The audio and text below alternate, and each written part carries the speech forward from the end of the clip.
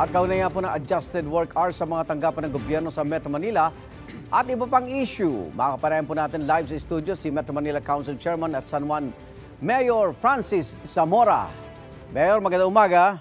Yes, magandang umaga, Igan. Maraming salamat po sa pag-imbita dito mismo sa inyong studio.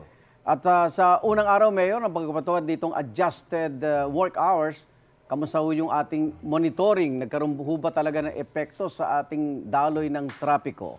Igan, unang araw pa lamang ng pagpapatupad natin ng pag-shift ng oras to 7 a.m. to 4 p.m. Inaasahan po natin na makakatulong po ito sa daloy ng trapiko sapagkat ang layunin natin ay umiwas yung mahigit 100,000 kawani ng mga pamahalang lungsod dito po sa Metro Manila sa rush hour. So if you will avoid the rush hour, yung 112,000 strong workforce nito ay 1 hour ahead papasok, malaking bagay yan sa pagbawas ng mga sasakyan sa mga kalye. So it's really about vehicle reduction, Igan, no? At makikita naman natin eventually kung ano maging epekto nito. But parati ko nga sinasabi, hindi natin malalaman hanggat di natin subukan.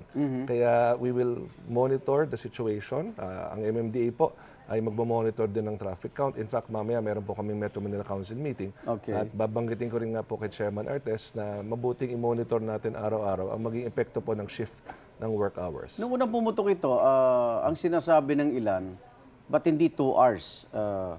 Hindi ba mag-aabot sa kalye kung 1 oras lang daw aagahan? Ano bang resulta ng nagawang pag-aaral ng Metro Manila Council?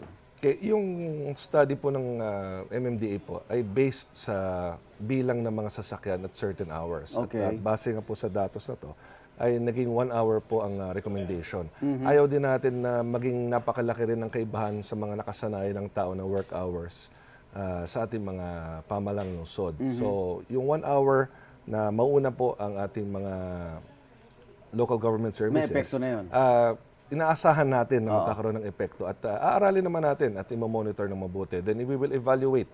And eventually naman po, kung nakikita natin na kinakailangan ng anumang improvements, amendments, ay pwede naman ho natin gawin yan. Okay. Sino-sino po ang hindi kasali dito sa adjusted work hours na ito? So basically, lahat ng city government offices ay kasali sa 7 a.m. to 4 p.m. Except that, yung ating vital services ay meron pong skeletal force from 4 p.m. to 5 p.m. Kasi yung mga mamamayan po natin, nasanay na hanggang 5 p.m., baka meron pa rin pumunta hanggang alas 5, ay sisiguraduhin ho natin na yung vital departments ay may tao pa rin. Hanggat dumating yung panahon na nasanay na nga talaga na 7 a.m. to 4 p.m. po. At gaano po ba karami nakikita nating mababawas na sasakyan sa kalsada dito sa pinaagang schedule na ito? If we're looking at 112,000 employees, plus syempre yung mga magta-transact sa City Hall ay mas maaga rin ngayon pupunta sa City Hall. No? We're looking at a few hundred thousands of vehicles also. If you analyze po yung mga constituents natin na pupunta sa City Hall, ganun din yung mga papasok sa trabaho. So again, MMDA will be monitoring, Igan, kung gaano karami ba ang sasakyang mababawas given po yung rush hours natin.